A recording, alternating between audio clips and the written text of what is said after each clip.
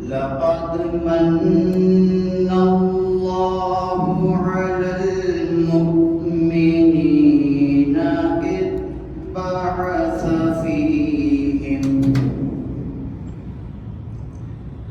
إذ بعث فيهم رسولا من أنفسهم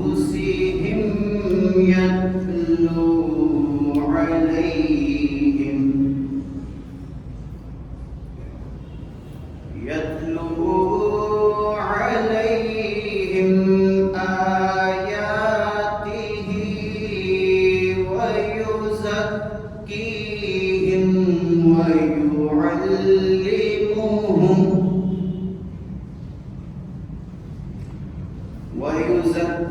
ويزكيهم ويعلمهم الكتاب والحكمة وإن كانوا من قبل لفي ضلال مبين. صدق الله العظيم. مولاي صل وسلم دائما أبدا على حبيبك خير الخلق كلهم. مولاي صل وسلم دائما أبدا على حبيبك خير الخلق كلهم. محمد سيد القونين والثقلين. محمد سيد القونين والثقلين والفريقين من عرب ومن عجم. مولاي صل وسلم دائما أبدا على حبيبك خير الخلق كلهم. هو الحبيب الذي ترجى شفاعته. هو الحبيب الذي ترجى شفاعته لكل هول من الأحوال مقتحم. مولاي صل وسلم دائما أبدا على حبيبك خير الخلق كلهم.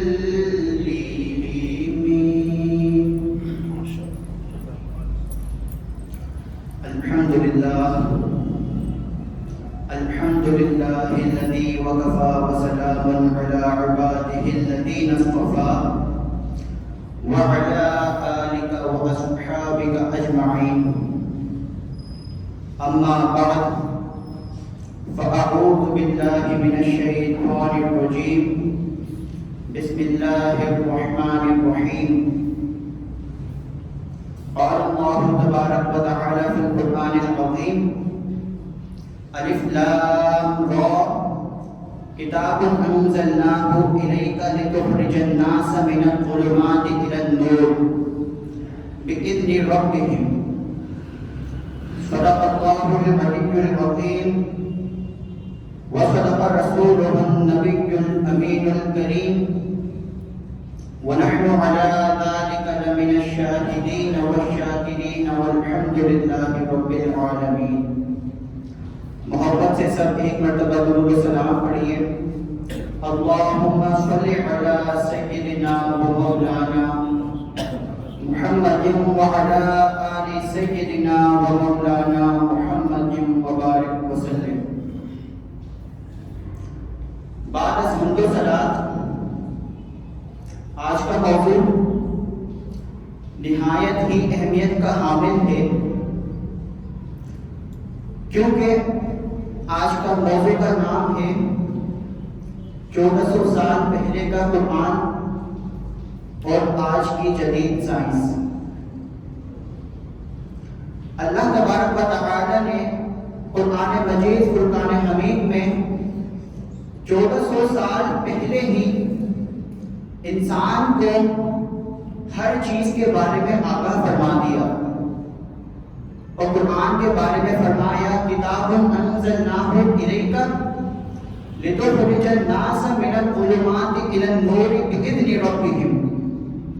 یہ وہ کتاب ہے جو ہم نے نازل کی آپ کی طرف تاکہ آپ نکالیں لوگوں کو ظلمات یعنی اندھیرے سے اجالے کی طرف.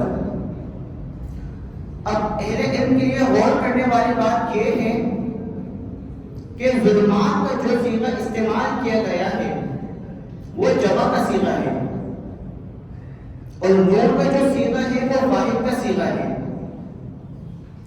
اب اس کی کیا حکمت ہے؟ کیونکہ قرآن مجید فرقان حمید پوری حکمتوں سے بھرا ہوا ہے. اس کا ایک ایک حرف کے اندر حکمت موجود ہے. علماء کرام لکھتے ہیں کہ ظلمات جمع کا صیغہ جو استعمال کرا گیا ہے اس کی ایک حکمت یہ بھی ہو سکتی ہے کہ اندھیرے کی طرف بہت ساری چیزیں ہوتی ہیں جو انسان کو دھکیلتی ہیں، جیسے کفر کا اندھیرا، شرک کا اندھیرا، جہالت کا اندھیرا، علم کے نہ ہونے کا اندھیرا. یہ سب انسان کو ظلمات کی طرف لے کر جاتی ہیں، اندھیرے کی طرف لے کر جاتی ہیں. اور جو واحد کا صیغہ استعمال کیا گیا اس کے بارے میں علماء کرام لکھتے ہیں کہ واحد اسلام ایک راستہ ہے جس کے ذریعے انسان تمام برائیوں سے دور ہو سکتا ہے. تو یہ حکمتیں تھیں کہ ظلمات پہ جمع کا صیغہ استعمال کیا گیا اور نور کا واحد کا صیغہ استعمال کیا گیا. اب اللہ تبارک و تعالی آگے ارشاد فرماتا ہے سنریہم آیاتنا فی الآفاق وفی انفسہم، یعنی ان قریب ہم تمہیں دکھائیں گے اپنی نشانیاں فی الآفاق، آفاق میں، وفی انفسہم اور ان کی جانوں میں. اب یہاں پر بتاتا چلو کہ آفاق کا مطلب کیا ہوتا ہے، یعنی انسان کے اندر کی جو دنیا ہے اس کے باہر کا تمام جو منظر ہے، تمام جو جہان ہے اس کو کہتے ہیں آفاق. اور انسان کے اپنے اندر کے جہان کا جو منظر ہے اسے کہتے ہیں، انسان کے اندر کے جہان کا منظر ہے انفسہم سے لکھا گیا، یعنی وفی انفسہم سنریہم آیاتنا فی الآفاق وفی انفسہم، ان قریب ہم تمہیں دکھائیں گے اپنی نشانیاں، تمہارے باہر کا جو منظر ہے اور تمہارے اندر کا جو منظر ہے. اب ایک ایک کر کے آیت سنتے جائیے اور دیکھتے جائیے کہ اللہ تبارک و تعالی نے جو انسان کے جہان کا جو باہر کا منظر ہے کتنے اچھے طریقے سے ڈیفائن کیا ہے اور ہر چیز کے بارے میں ارشاد فرما دیا کہ یہ قرآن حکمت سے بھرا ہوا ہے. اللہ تبارک و تعالی ایک جگہ ارشاد فرماتا ہے اللہ الذی رفع السماوات بغیر عمد ترونہا. اللہ تبارک و تعالی کی ذات وہ ہے جس نے آسمان کو بلند کیا بغیر عمد، بغیر کسی ستون کے. آج ہم کوئی عمارت بناتے ہیں، کسی کی چھت بنانی ہوتی ہے، یا ایک سمپل سی مثال لے لیتے ہیں کہ ٹینٹ لگانا ہوتا ہے، اس کی چھت کو ٹکانے کے لیے بھی کوئی ستون، پلر یا کسی چیز کا سہارا چاہیے ہوتا ہے. اور اللہ تبارک و تعالیٰ فرما رہا ہے اللہ الذی رفع السماوات بغیر عمد ترونها، کہ اللہ عز و جل وہ ہے کہ اس نے آسمان کو بلند کیا بغیر کسی ستون کے، ترونها تاکہ تم دیکھو. یعنی انسان کو بتایا جا رہا ہے کہ یہ حکمت والی کتاب، تاریخ کتاب، اس میں انسان کے لیے نشانیاں ہیں. وما یذکر الا اولو الالباب، نصیحت ہے عقل والوں کے لیے.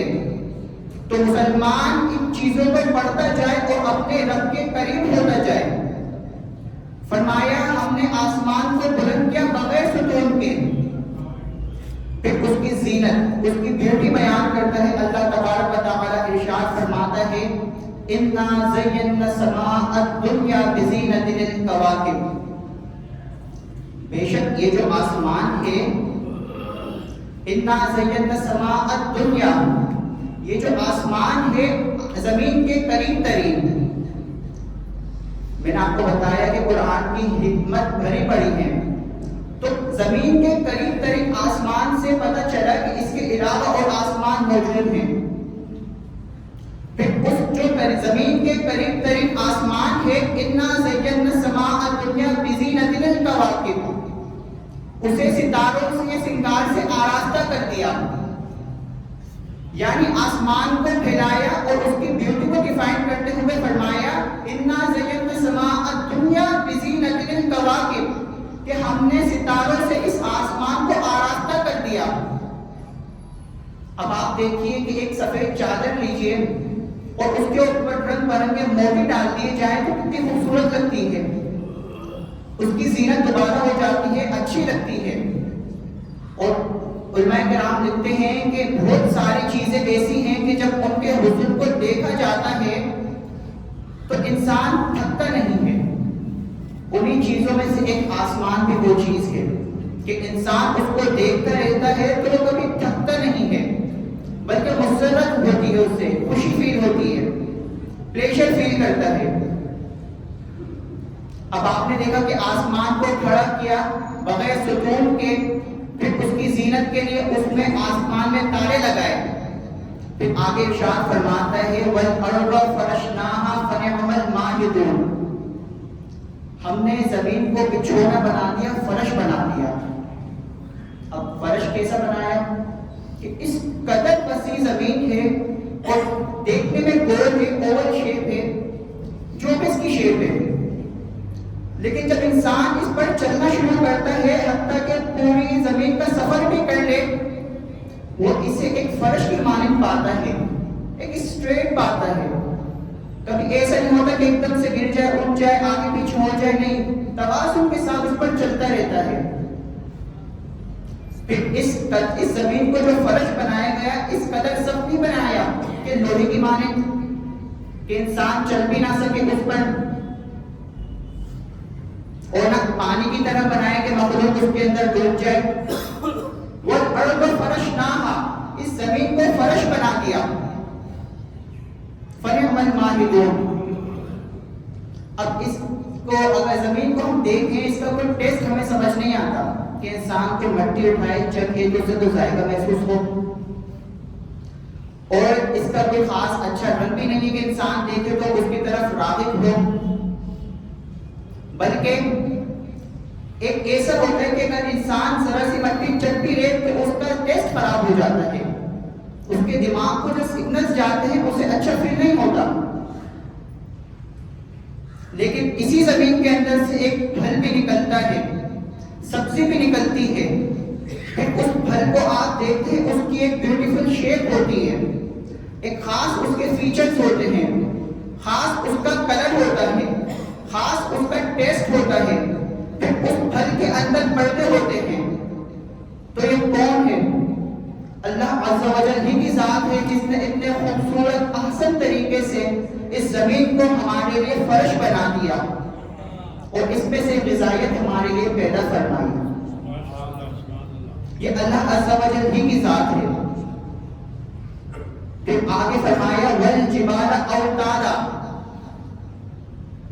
اور پہاڑ کو ہم نے میخیں بنا دیا. وَالْجِبَالَ أَوْتَادًا، اوتاد کہتے ہیں کہ کسی چیز کو جو قابو کرنے کے لیے استعمال ہوتی ہے. مثال کے طور پر جب ٹینٹ لگایا جاتا ہے تو رسی کو جس کیل کے ساتھ لگایا جاتا ہے اسے اوتاد کہتے ہیں. تو زمین کو جب پھیلایا والجبال اوتادا، اس پہ جو پہاڑ ہیں اسے اوتاد بنا دیا. تو یہ اللہ عز و جل کی نشانیاں ہیں. پھر اللہ تبارک و تعالی ارشاد فرماتا ہے الم ترو، کیا تم نہیں دیکھتے؟ یعنی آسمان کو بنایا بغیر ستون کے، اس کی خوبصورتی کے لیے اسے ستارے دیے، زمین بنائی، ہمارے لیے اسے فرش بنا دیا، بچھا دیا گیا، پھر اس میں پہاڑ کے میخیں بنا دی.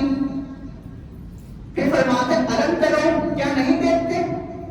وما یذکر الا اولو الالباب، نصیحت ہے عقل والوں کے لیے.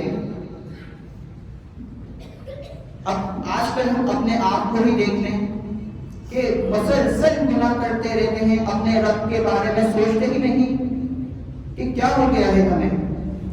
اسی کی نافرمانی کر رہے ہیں جس نے ہمیں سکون عطا فرمایا، جس نے آسمان کو چھت بنا دیا ہمارے لیے، زمین کو فرش بنا دیا. اللہ اکبر. پھر ہمیں ایک پیغام دیتا ہے اللہ تبارک و تعالی، ارشاد فرماتا ہے فرجع البصر هل تری من فطور، بس اپنی نظریں اٹھاؤ اور دیکھو کیا تمہیں کوئی ایک نظر آتا ہے؟ کیا کسی قسم کا نقص تمہیں اس کے اندر نظر آتا ہے؟ اللہ اکبر. پہلی بات تو خالق کا کلام ہے، رب تعالیٰ کا کلام ہے. وہ ارشاد فرماتا ہے فرجع البصر. تو ہمارے لیے تو 100% اوتھینٹک بات ہو گئی نا کہ اللہ تبارک و تعالیٰ ارشاد فرما رہا ہے. لیکن جب بات کی ریپیٹیشن ہو جاتی ہے تو پھر ہمیں اندازہ ہوتا ہے کہ بات بڑی سخت کہی جا رہی ہے. پھر اللہ تبارک و تعالیٰ دوبارہ ارشاد فرماتا ہے ثم ارجعوا البصر کرتین، پھر اٹھا کر دیکھو نظروں کو آسمان کی طرف، تمہاری نظریں ناکام پلٹ آئیں گی، تمہیں کسی قسم کا ایک اس کے اندر نظر نہیں آئے گا.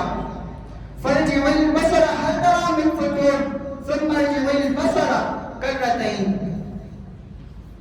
اور حدیث پاک میں آتا ہے ان الدنیا خلقت لکم وانتم خلقتم للآخرہ، بے شک دنیا کو تمہارے لیے بنایا گیا ہے اور تمہیں آخرت کے لیے بنایا گیا ہے.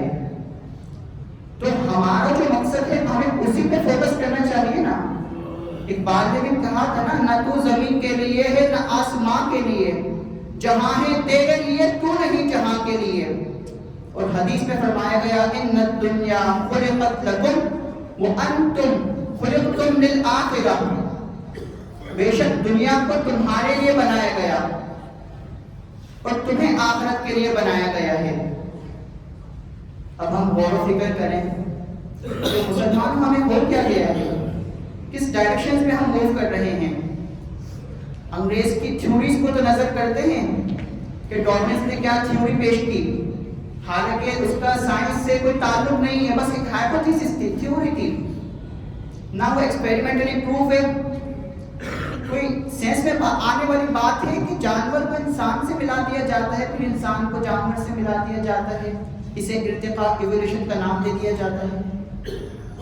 ایسے تو نہیں ہوتا. پھر مسلسل ایک کے بعد ایک فتنہ آتا ہے، وہ بھی ملک پاکستان میں، اسلامی جمہوریہ پاکستان کے اندر. کبھی LGBTQ کا فتنہ ابھرتا ہے، کبھی جوائلینٹ کا فتنہ ابھرتا ہے، کبھی ٹرانسجینڈر کا فتنہ ابھرتا ہے. رہی بچی کا سر تو ہماری جو سوشل میڈیا اس نے پوری کر دی ہے. اور دیکھنے والی بات یہ ہے، غور کرنے والی بات یہ ہے کہ پروموشن جو ہو رہی ہے ملک پاکستان میں ہو رہی ہے. مسلمان ہوتے ہیں نام کے مسلمان اور ان چیزوں کو پروموٹ کرتے ہیں. اللہ اکبر. تو لہٰذا ان چیزوں کو فوکس کیجئے کہ ہم کس طرف موو کر رہے ہیں. حالانکہ ان الدنیا خلقت لکم وانتم خلقتم للآخرہ، بے شک دنیا تو انسان کے لیے بنائی گئی ہے نا. اور انسان کو آخرت کے لیے بنایا گیا ہے کہ وہ قرآن کو پڑھے سمجھے. اب ایک اور طرف میں اشارہ کرتا چلوں کہ ہمارے ذہن میں کیا بٹھا دی گئی یہ بات کہ قرآن مجید کو پڑھیں گے ثواب ملے گا 10 حرف کی، ایک حرف پہ 10 نیکیاں ہیں. بے شک ہیں، لیکن اس سے بھی بڑی بات ہے کہ اس میں عقل والوں کے لیے نشانیاں ہیں. ہمیں اپنے رب کا قرب حاصل ہو سکتا ہے ان چیزوں کے ذریعے، مگر ہم پڑھتے ہیں تو پتہ نہیں پڑھتے بھی کیسے ہیں. پہلی بات تو الماریوں سے کبر سے قرآن نکلتا نہیں، نکلتا ہے تو حرف سے ادا نہیں ہوتے.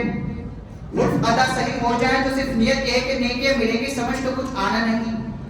علم سے اتنی رغبت نہیں کہ علم کی طرف آ جائیں، میڈیکل سائنس کی طرف آئیں گے، انجینئرنگ کریں گے، کامرس کریں گے، بی اے کریں گے، ہر چیز کریں گے، نہیں کریں گے تو علم دین حاصل نہیں کریں گے.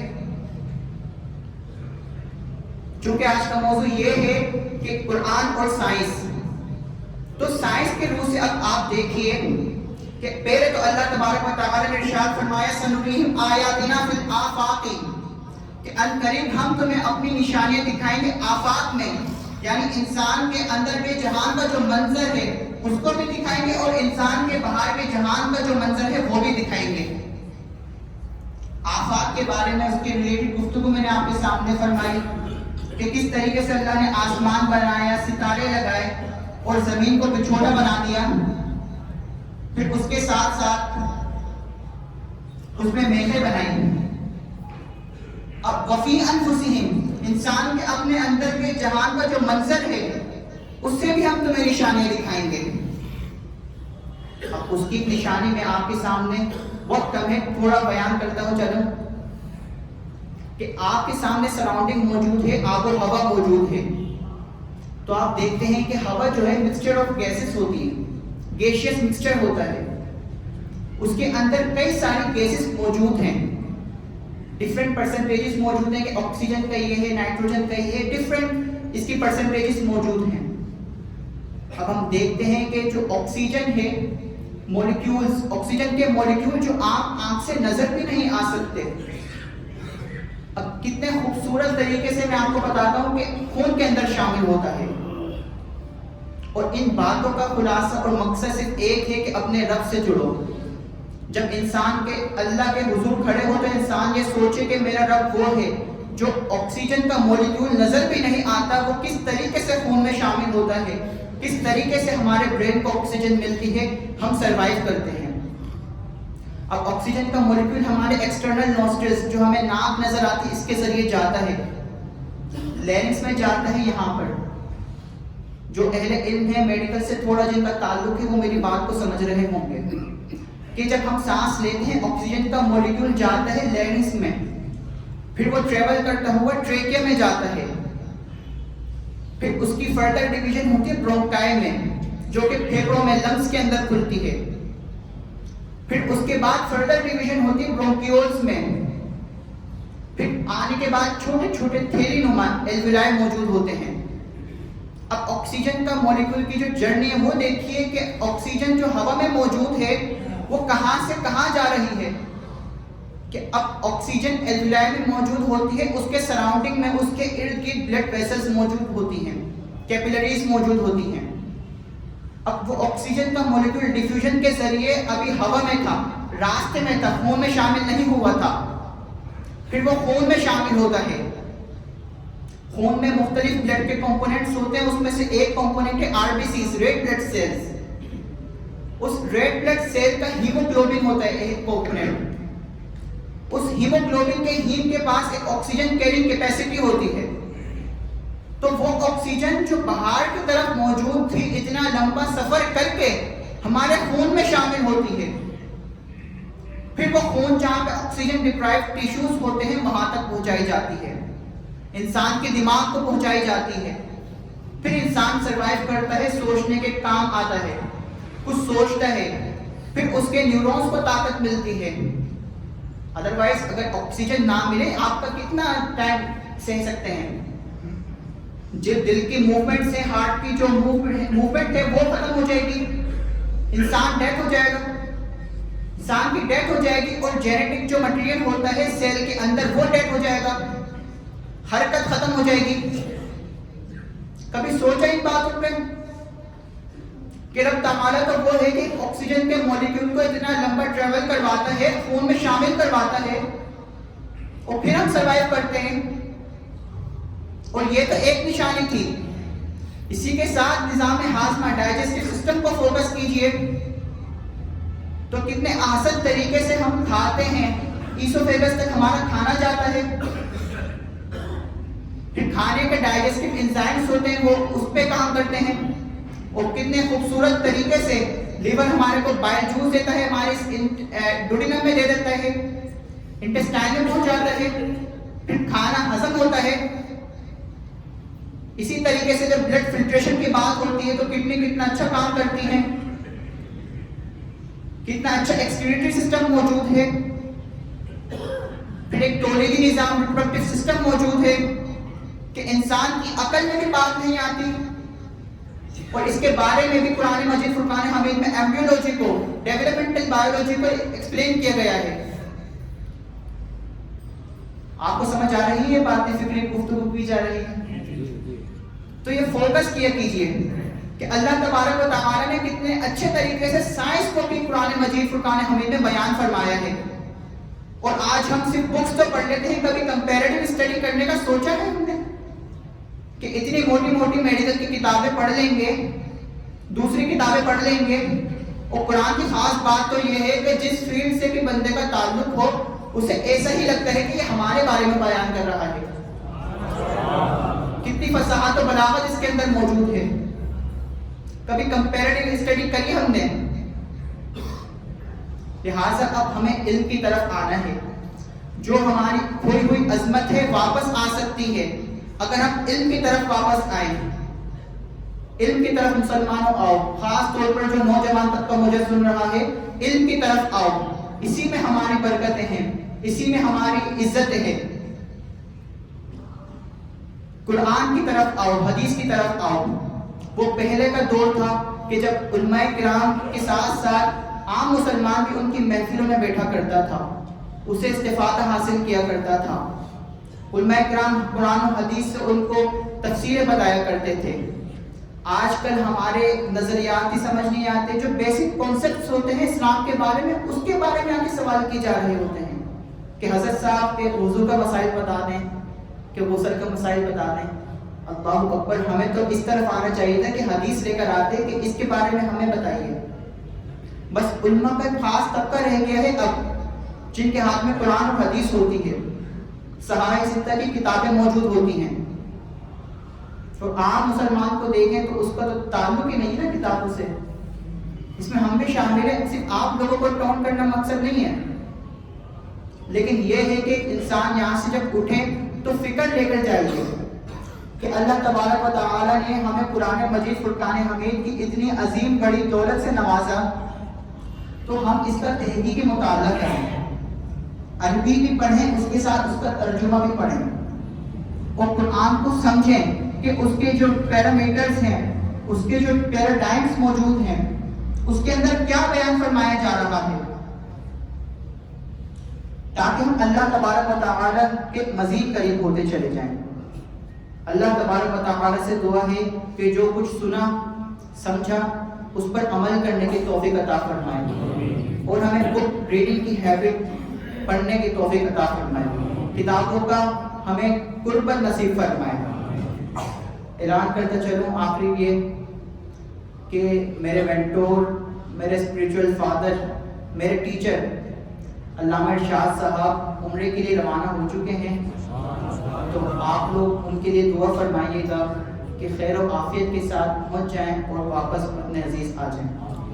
انہوں نے مجھے یہ ڈیوٹی دی ہے کہ میں یہاں پہ جتنا ہو سکے، ڈیفینیٹلی ان کے معیار تک تو میں کبھی نہیں پہنچ سکتا، لیکن جتنا مجھ سے ہو سکے گا آپ کو میں فکری علمی گفتگو آپ تک پہنچاؤں گا انشاءاللہ۔